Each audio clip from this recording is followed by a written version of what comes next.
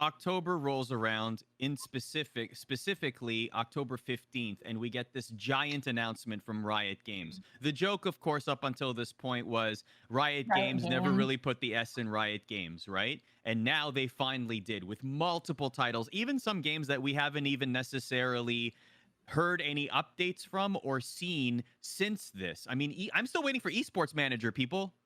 Where's Esports Manager? Wait, I thought it was gonna launch in China too. Like, it was supposed to. I want to get my LPL game on with trading LPL players. That's gonna be our stream, Emily. That really well. Yeah, we're gonna Esports Manager. I feel like we're gonna be there's gonna be something there 100%. But within that announcement was also Project A, which we now know as Valorant. That's what it was called back then. And the gameplay that you're seeing right now on your screen was initially what we saw. And honestly, Tyler, I was mentioning this before we went on the air. The vibe of this game, now you can see a little bit of graphical differences. Maybe there's no more tarps on those boxes on site, and you don't see the skull when you eliminate somebody, but the audio cues are there. The level looks pretty much the same. The vibe is there. Like, this game feels 85% complete when you're watching it back in October. Yeah, well, I have a pretty good story about when I first saw or heard of Project A. So as everyone knows, it was the 10th anniversary of Riot Games and the event. I was not at any of the parties. I was actually in Berlin for the League of Legends World Championship. Ooh, Flex, you dropped those names you dropped. No. So this happened, I think, at like 2 a.m. in the morning in Berlin. I remember I was with a lot of my esports journal friends, Eric, who's the head of Mize Esports in Brazil, Darius, who now runs the content side at Schalke, a lot of my friends from Asia, Brazil, everywhere around the world. We're pretty much just all on our phones watching this event on really bad Wi-Fi, and the connection was really bad. And I remember them going through announcements and everyone just like, oh my god, Senna, oh my god, the new character, oh my god, a fighting game. But the time everyone freaked out the most was when Project A came up. And I remember, I think it was Darius who was like, they're making an FPS game! They're making an FPS game! And we're all like, no way. And then we saw Project A, we're like, wow, like, they can't make a joke about being, a Riot game being a one-game company anymore. It really did feel like a paradigm shift. It felt like a really big day in Riot Games history, where we all looked at each other and we had been all, we've been covering League of Legends, all of us, for years and years, from all different, walks of life, Brazil, South Korea, China, North America, and we're like, this is going to be a different time. We're going to have new esports to cover. We're going to have new, adventures to go on. So it was an awesome night. It was a really, really great event. And then North America got eliminated from Worlds, and that was sad. So that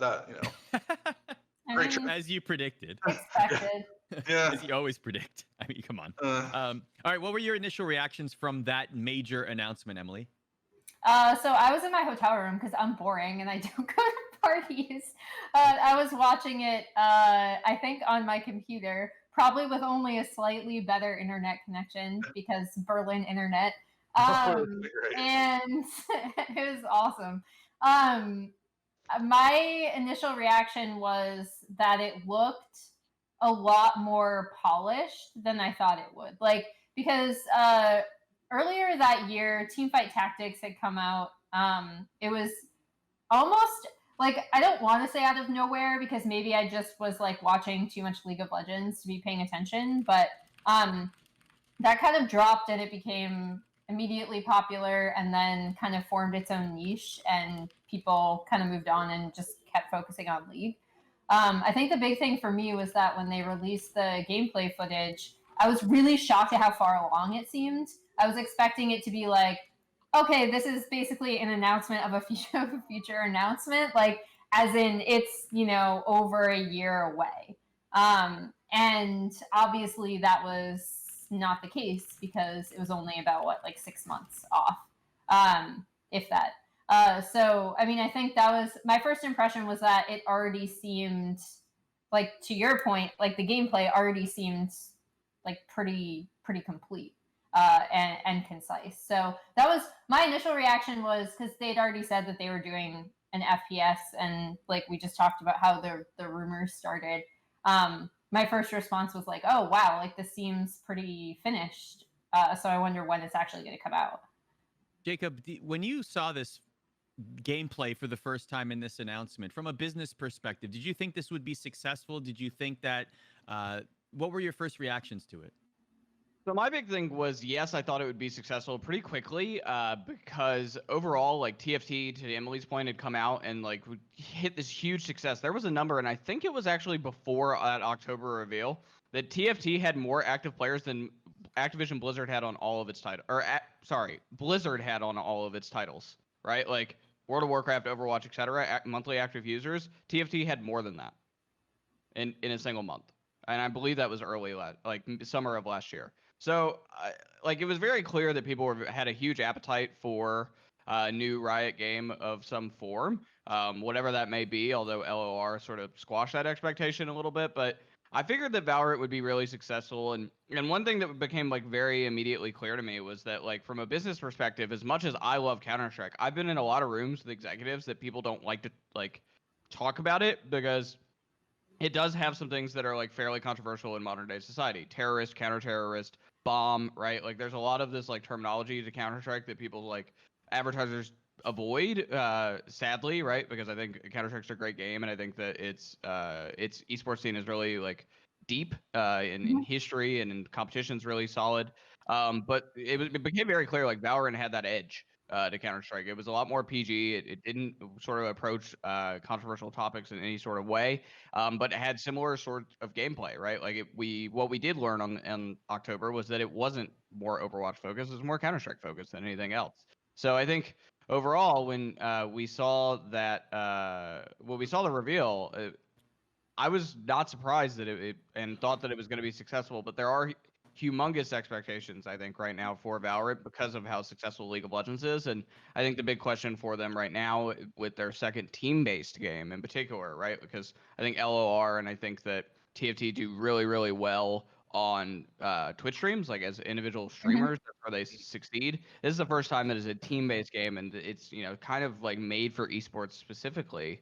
The real question is, can they strike gold twice? And we don't know the answer to that, but that's sort of what all these people are making bets on right now. You know, we're already seeing millions of dollars invested from various different teams into Valorant already. Some of these salaries are hundreds of thousands of dollars each. So I think that a lot of people are making really big bets on Riot's successes, and really the jury is still out on whether that's going to work or not. We're going to have a big conversation about the types of philosophies that teams and major orgs are taking in order to sign players. And, you know, Emily and Tyler have both said this at length in our past Valorant content. And by the way, all of that is available on our YouTube channel at /ESPN ESports, also in written form, espn.com/esports. We actually just dropped a bunch of written content. Jacob has one with the title, Can Riot Games Strike Esports Gold Twice with Valorant? Valorant Tips and Tricks from the Pros is up. Even a Valorant Frankenstein where we mix and match abilities. That's all available in written form. But Emily and Tyler have said in the past, like, the best Valorant pros have yet to be discovered, right? Like the ones that we haven't even heard from. They're going to grind the game when it's out, and in 5 to 6 months, we're going to have a whole pool of talent that may not have been pros that came from other scenes. But that conversation is going to come a little bit later.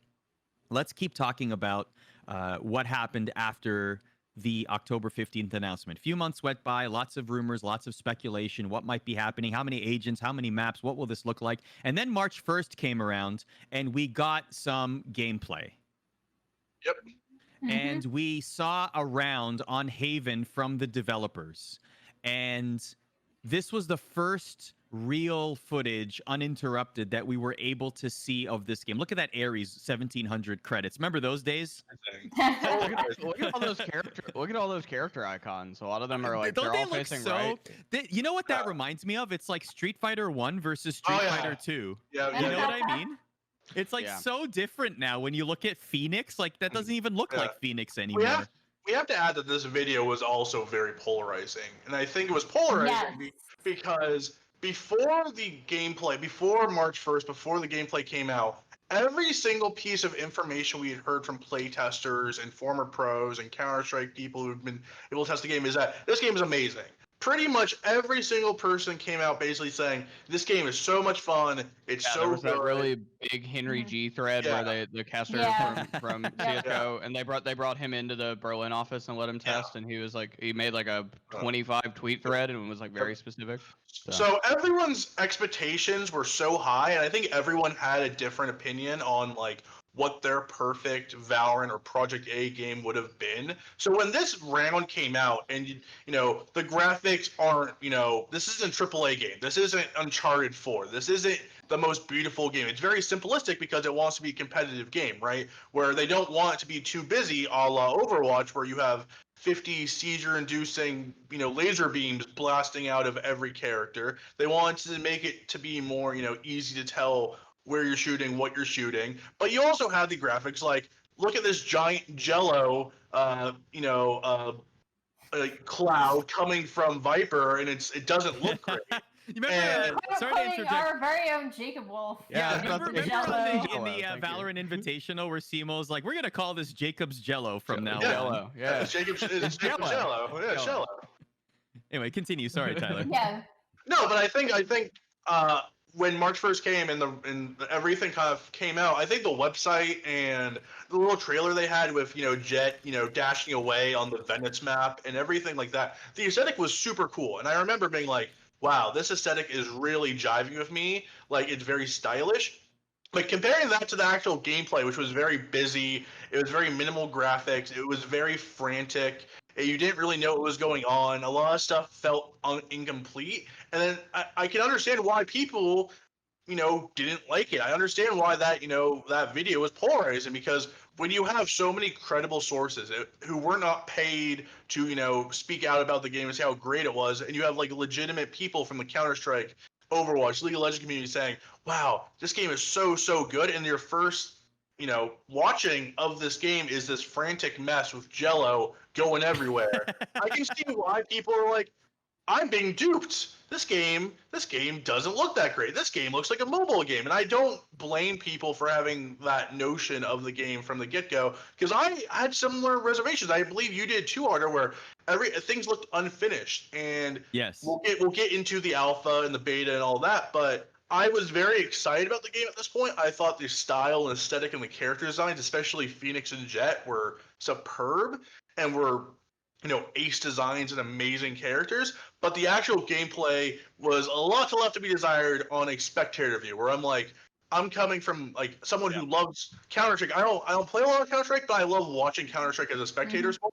And trying to compare that to watching that round, which was so frantic and had Jello everywhere, it was like, wow. As an esports reporter, as someone who's going to have to cover this as an esport, I was like, oof, hopefully this is not the final product, and I had reservations. So I think the big thing on that, by the way, I just wanted to say on that note, right? Like, is part of the reason I think the graphics are still so simple. Obviously, they're updated and like some of the shadows are a lot better, and they're more or less the same. They didn't like hard change a character, right? Like everybody's more or less what we saw with some touch ups.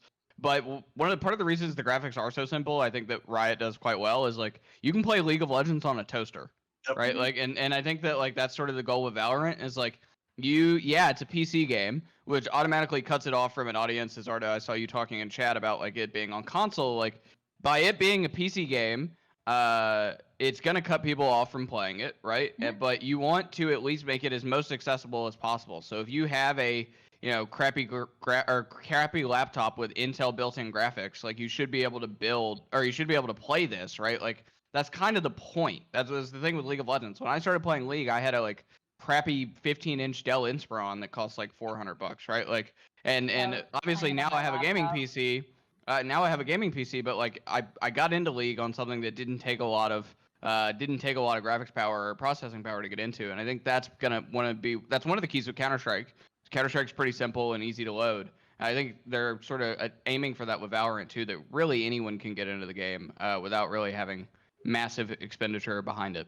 So like, go ahead, Emily. Sorry. Oh no, I was just gonna say. I was also gonna say exactly what Jacob said, but to kind of merge both Tyler and Jacob's points, I think another thing is that the last kind of FPS, like big FPS launch that people had seen for esports was Overwatch, and Overwatch was like really high graphical content. And so when this video came out, I do think people were kind of preconditioned from Overwatch to be like, okay, that game looks like as many like problems as people have with the esport itself, or the gameplay, like how it kind of stutters if you're watching it because there's just so much going on. It looks really nice. Yep. Like it is an awesome looking game from within.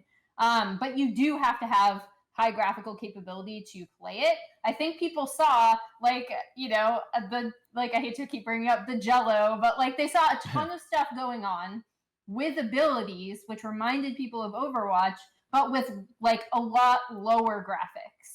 So I think that was also part of the initial like backlash against that release video. Just the console point I'm making is obviously this is a PC game, but like that could happen in the future. Maybe not the near future, but as we're seeing with League of Legends coming to mobile, for example, like there are possibilities for that. Definitely not in the cards in the near future.